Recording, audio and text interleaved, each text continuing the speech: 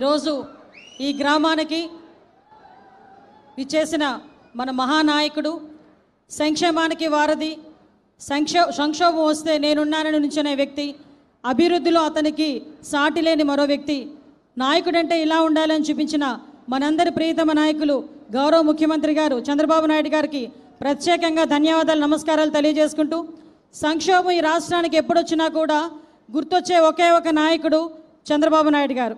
ఎన్ని సంక్షోభాలు ఆంధ్రప్రదేశ్లో ఉన్నా కూడా వాటి నుంచి బయటపడడానికి నేనున్నానని ముందుకొచ్చి ఆ సంక్షోభం నుంచి బయటపడమే కాక అభివృద్ధి వైపు ముందుకు తీసుకెళ్తున్న మహోన్నతమైన నాయకుడు మన నాయకుడు. మన చంద్రబాబు నాయుడు గారిని మన నాయకుడు అనే కన్నా ఈ ఆంధ్రప్రదేశ్ రాష్ట్రానికి నావికుడు అంటే కనుక ఇంకా బాగుంటుందని నేను అనుకుంటున్నా. దానికి మీరందరూ కూడా సహకరిస్తున్నందుకు ప్రత్యేకంగా ధన్యవాదాలు. ఈ కార్యక్రమానికి మన కలెక్టర్ గారికి, అదేవిధంగా వేదిక మీద ఉన్న మంత్రి గారు కొండపల్లి శ్రీనివాస్ గారికి, ఎంపీ గారికి, అందరికీ కూడా పేరు పేరున ధన్యవాదాలు తెలియజేసుకుంటూ, నేను ఈరోజు ఈ మైక్ తీసుకునేదానికి ఒకే ఒక కారణం ఉంది. ప్రతిసారి కూడా అందుకే నేను స్పెషల్గా పర్మిషన్ తీసుకొని ఈ మైక్ తీసుకున్నా. ఎందుకంటే ప్రతిసారి కూడా గౌరవ ముఖ్యమంత్రి గారు ఒక మాట అంటారు, పేదల సేవలో నా ఈ జీవితం పేదల సేవలో తరించాలని నేను కోరుకుంటున్నాను.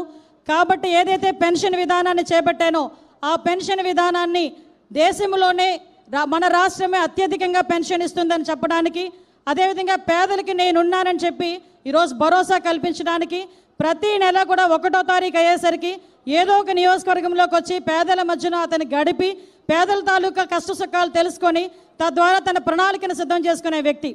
ఇదే వ్యక్తిని ఇదే రోజు కరెక్ట్గా 22 సంవత్సరాల క్రితం తిరుపతి అలిపిరి గేటు దగ్గర ఇదే వ్యక్తిని ఆ రోజు 22 క్లైమోర్ మైన్స్ పెట్టి పేల్చి చంపడానికని ప్రయత్నించిన దుండగులు ఒకవైపు అయితే, ఆ రోజు ఆ వెంకన్న స్వామి ఏ దృష్టితో ఈ మహానుభావుడిని బతికి మన దగ్గర పంపించారో తెలియదు, కానీ ఈరోజు మనందరికీ కూడా అర్థమవుతుంది ఆ విషయం. మొన్న ఈ సందర్భంగా నేను చెప్పాలి, ఎందుకంటే అసెంబ్లీలో మొన్న నేను చూసినప్పుడు ఒకటి నేర్చుకున్నా.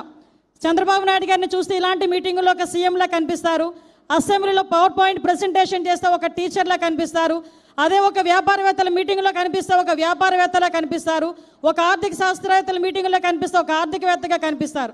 అటువంటి వ్యక్తి ఈరోజు మన దగ్గర ముఖ్యమంత్రి స్థాయిలో ఉండి, ఈయన ముఖ్యమంత్రిగా చూడని సంవత్సరాలు లేదు.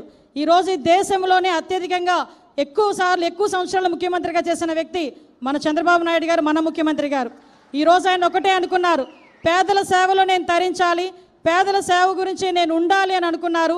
ఆ ఉద్దేశంతోనే ఎన్నో సంక్షోభాలను ఎదుర్కోవడానికి ఈరోజు మనందరి ముందుకు పంపించిన ఆ దేవుడికి కూడా మనందరం కూడా ఈ వేదిక ద్వారా ధన్యవాదాలు తెలియజేసుకుంటూ, ఆ మహానుభావుడికి ఆయురారోగ్యాలు ఇవ్వాలని, మీ అందరి ఆశీస్సులు ఉండాలని మనస్ఫూర్తిగా తెలియజేసుకుంటూ, చివరిగా ఒకే ఒక మాట. సార్, మీ అందరికీ తెలుసు విజయనగరం జిల్లా ఉత్తరాంధ్ర జిల్లాలంటేనే వెనుకబడిన జిల్లా అని అందరూ అనుకుంటారు. కానీ మీ సారథ్యంలో ఇక్కడున్న ప్రజాప్రతినిధులు కానీ ఇక్కడున్న అధికార యంత్రాంగం అంతా కూడా అభివృద్ధి చెందిన జిల్లాలుగా మార్చడానికి, అభివృద్ధి చెందిన జిల్లాలుగా ప్రకటించుకోవడానికి కూడా మీ ద్వారా పనిచేయడానికి మేమందరం కూడా సిద్ధంగా ఉన్నామని ఈ వేదిక ద్వారా తెలియజేసుకుంటూ, ఈ అవకాశం ఇచ్చిన మీ అందరికీ కూడా ప్రత్యేకంగా ధన్యవాదాలు, నమస్కారాలు తెలియజేసుకొని సెలవు తీసుకుంటున్నా. జై హింద్.